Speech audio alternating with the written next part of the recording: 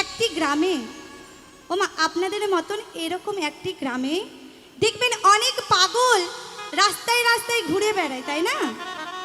অনেকের মাথা ব্রেন নষ্ট হয়ে যায়, ব্রেন ডিফেক্ট হয়ে যায়, তখন সে ঘরে বাড়ি ত্যাগ করে রাস্তায় রাস্তায় ঘুরে বেড়ায়।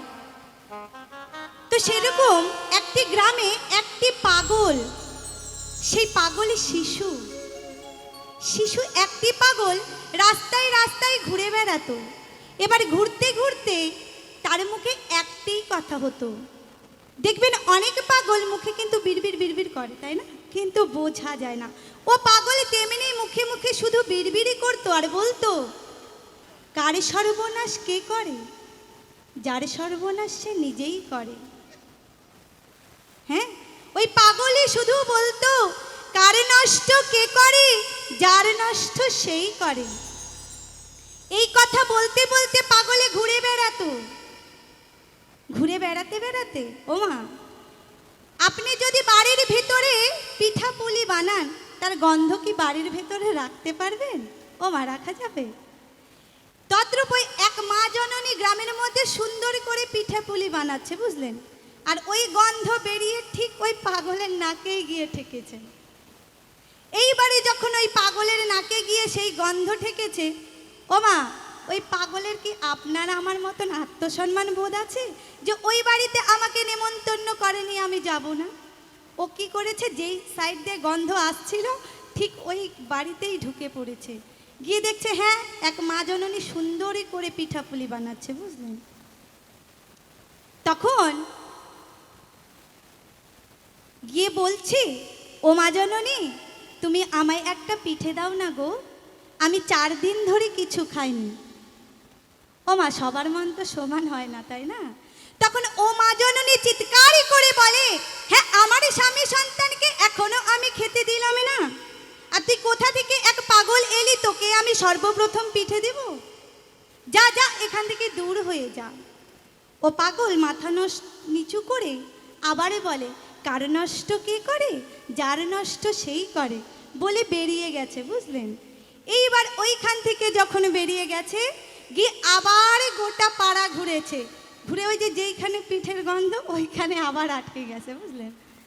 এইবারে যখন ওই জায়গায় আটকে গিয়েছে, ওর তো আর সেই হুঁশ নেই যে ওই বাড়ি থেকে আমাকে একটু আগে তাড়ালো, বুঝলেন? ও আবার গিয়েছে, গিয়ে বলছে, ও মা জননী, তুমি আমায় একটা পিঠে দাও না গো, আমি 4 দিন ধরে কিছু খাইনি। তখন ওই মা জননী বিরক্ত হয়ে গেছে। ও মা বিরক্ত হয়ে কি করেছে জানেন? গ্রামে বাড়ি তো, ওই যে জমিতে দেওয়া যে ঘাস মারা বীজ থাকে, ওই কৌটাটা এনে সুন্দরী করে পিঠের উপরে মাখিয়ে বলে, তোকে আজকে জম্মের খাওয়া খাওয়াবো। সুন্দর করে ওই পাগলের হাতে দিয়েছে। আর ও পাগলে কি করেছে, ওই পিঠেটাকে নিয়ে বলছে, কার নষ্ট কে করে? যার নষ্ট সেই করে। বেরিয়ে গিয়ে একটি বট বৃক্ষের তলায়, বাড়ির সামনে একটি বট বৃক্ষ আছে, তার নিচে অনেক ছেলেপুলে খেলাধুলো করছে। আর দেখেন না, গ্রামের মধ্যে যদি পাগল আসে, ছেলেরা বাচ্চা বাচ্চা ছেলেরা কিরকম পেছনে পড়ে। তো ও তো হচ্ছে শিশু পাগল, ছোট, ওর পেছনে আরো বাচ্চারা পড়েছে, বুঝলেন? আর ওই যে পিঠেটা, একটি বাচ্চা দৌড়ে গিয়ে ওই হাতের পিঠেটা নিয়ে খাওয়া সারা, ঘুমিয়ে পড়াও সারা। এইবার ওইখান থেকে আরেকটি বাচ্চা দৌড়ে গিয়ে ওই যে মা জননী পিঠে ভাসছিল ওকে গিয়ে বলছে, ও জেঠিমণি, ও জেঠিমণি, তোমার ছেলে ওই পাগলের হাত থেকে পিঠে নিয়ে খেলো আর ঘুমিয়ে পড়লো, আমরা এত ডাকছি ও কিছুতেই আর উঠছে না।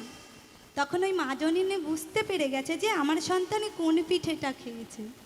দৌড়ে এসে সন্তানকে বুকে তুলে দেখে তার সন্তান আর এই পৃথিবীতে নেই। তখন ওই পাগল পাশ দিয়ে যায় আর বলে, কার নষ্ট কে করে? যার নষ্ট সেই করে। তখন ওই মা জননী অঝরে কান্না করছে, করে তো কোনো লাভ নেই না।